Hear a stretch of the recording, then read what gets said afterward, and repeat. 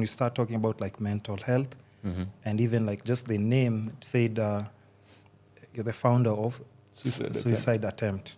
Because even for me, I was like, that is so strong, and I mean, I'm not That's sure. exactly why I chose it. Yo, I was like, yo, suicide attempt. So, just give us maybe like a backstory, or maybe what just made you get into like that lane, or just that.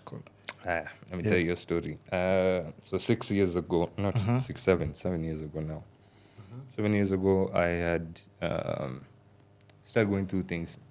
Let me start from the beginning. I've never been able to deal with my issues. I'm the type of person who used to bury them and keep them within me, never talk about it, never do anything. Just do my very best to just avoid whatever it is that I was going through. And then it hit a point where things were not piling up, and it felt like I was going to, kind of like explode or whatever. So 7 years ago, things kind of just came to our head. On top of everything that was going on, went through a breakup, and that was just like the thing that a trigger of whatever. And I fell into some horrible depression and anxiety, and so for the next few months I was on anti-anxiety medication, antidepressants, and going through that process that allowed me to heal, to feel what I needed to feel. Yeah. Because I feel like there's this misconception that antidepressants and anti-anxiety numb you. They don't numb you. Your emotions are on hyperdrive. They just bring you back down to a normal level, to a point where now you can process those emotions. Yeah. So that medication gave me the time to process what it is that I needed to process. And by the time I was done with the medication, I was in a much better state of mind. And so I decided, you know what, let me just, the worst part of it was feeling alone. Like feeling like the world is against you, feeling like nobody understands. Luckily for me, I have family that is very supportive, very, very supportive. Just told them I needed help, and they got me the help that I needed. Very non-judgmental. And so when I got to a better place, having healed my inner wounds, the things that I was keeping inside and all those things, getting help, going to therapy and things like that, I decided there's so many other people who are going through the same thing. Yeah. So many other people that are going through the same thing. And if I felt alone, I know they feel alone. Yeah. And so ever since then, my mission, as I've had friends and family call it my purpose in life, which I'm very lucky to have found, is to help people. And the whole mission of Suicide Attempt, the reason I chose the name is because we don't talk about mental health. Yeah. Really don't talk about mental health. So the reason I chose it is because it's confronting.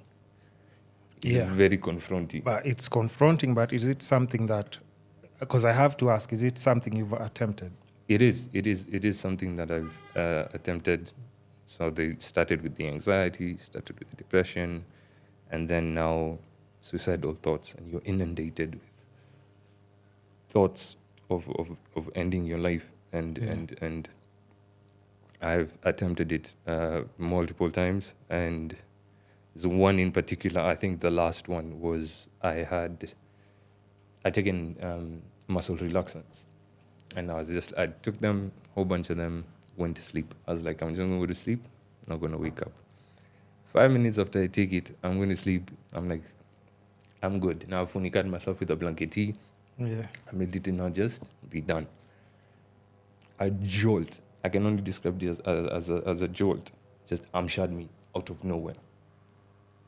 Ran to the toilet and just 2 fingers down the back of the throat, threw them all out. It's like, to me, that was like God saying, your time is not now. Yeah. Yeah. Yeah, so I chose it because, one, I know what it's like to want to end your life. I know what it's like to try to end your life. Yeah. But there's a whole other side to it. Yeah. There's like, once you get through this, once you get to the other side, you'll be surprised at how strong you become. And I'm very grateful for the things that I went through, because it turned me into the person that I am. There was also self-harm.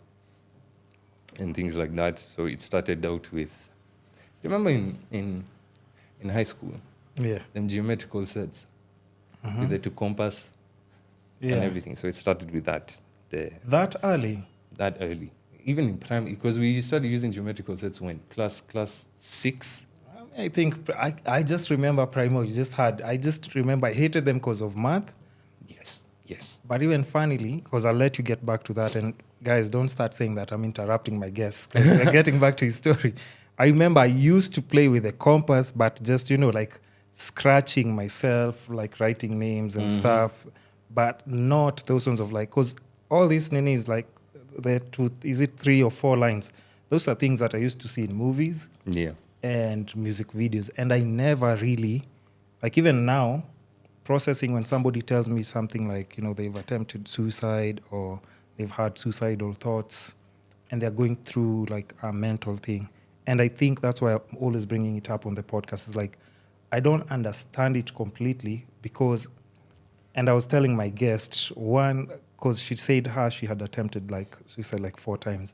And then me, I was like, yo, the only thing with me is like, yes, I've been stressed, pushed to the corner. But then I was like, yo, I can't leave all these women, man. I can't leave this money. Yo, I love eating food. And then she started laughing. But then I was just telling her, like, legit, I'm just telling you, like, yes, let's say maybe I'm stressed out. And I'd be like, yo, but, my mom is here, my sister, my bro. So many things. You have a lot to live for. Yeah, exactly. Like, because, okay, I'm at least like now fortunate where financially, like I've balanced my investments and stuff.